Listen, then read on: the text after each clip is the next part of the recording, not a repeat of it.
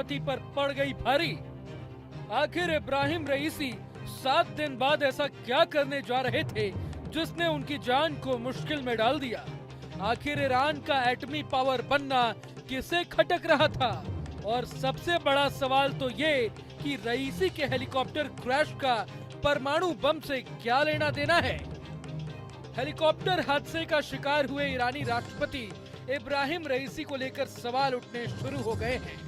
Iran के राष्ट्रपति रईसी 19 मई को पूर्वी अजरबैजान प्रांत से एक बांध का उद्घाटन कर वापस लौट रहे थे, तो इसी दौरान हेलीकॉप्टर क्रैश हो गया था। रईसी की मौत को फिलहाल हादसा माना जा रहा है, लेकिन इस पर अब सवाल भी उठने शुरू हो गए हैं।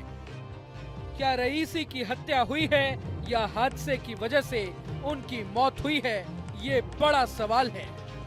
कहा तो ये जा रहा है कि इब्राहिम रईसी की मौत के पीछे परमाणु बम का हाथ है, लेकिन सवाल उठता है आखिर कैसे।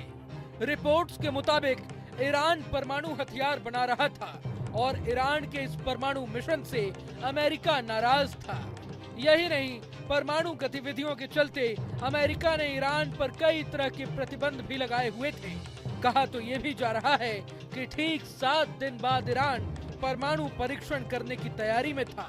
ऐसे में ईरान का परमाणु संपन्न होना अमेरिका और पश्चिमी देशों के लिए बड़ा खतरा बन सकता था।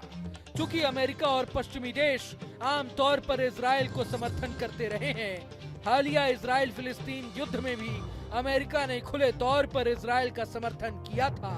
ऐसे में जानकारों का मानना है कि अगर ईरान परमाणु हथियार संपन्न देश बन जाता तो मिडिल ईस्ट में अमेरिका की पैठ कम हो जाती। हालांकि इससे रईसी की मौत का क्या कनेक्शन है, ये तो फिलहाल नहीं कहा जा सकता। ईरानी राष्ट्रपति की मौत को लेकर एक और थ्योरी सामने आई है। चूंकि ये पूरा हादसा अजरबैजान के दौरे के दौरान हुआ, साथ ही हेलीकॉप्टर क्रैश साइट भी अजरबैजान बॉर्डर ही है और वर्तमान में अजरबैजान और इजराइल में काफी करीबी रिश्ते बताए जाते हैं। इसलिए रईसी की मौत के पीछे इजराइल का हाथ होने की आशंका भी जताई जा रही है। बता दें कि हाल ही में ईरान पर हमले के लिए इजराइल द्वारा अजरबैजान की जमीन का इस्तेमाल करने की बात सामने आई थी। अजरबैजान का इजराइल के साथ काफी इंटेलिजेंस कम्युनिकेशन भी है। दोनों एक दूसरे से इंटेलिजेंस भी शेयर करते रहते हैं। अजरबैजान को इजराइल से काफी मदद भी मिलती है। खासकर उसकी आर्मेनिया से लड़ाई हुई तो इजराइल उसके साथ खड़ा था। हालांकि इस दावे में कितनी सच्चाई है, ये फिलहाल स्पष्ट नहीं है। इब्राहिम रईसी की मौत पर संदेह होने के कई और कारण भी हैं। सवाल ये उठ रहा है कि अगर मौसम इतना ही खराब था तो पायलट ने हेलीकॉप्टर को आगे बढ़ाने का फैसला क्यों किया। एक सवाल ये भी कि फ्लीट में शामिल जब 2 हेलीकॉप्टर सुरक्षित वापस आ गए तो राष्ट्रपति का हेलीकॉप्टर कैसे फंसा रह गया।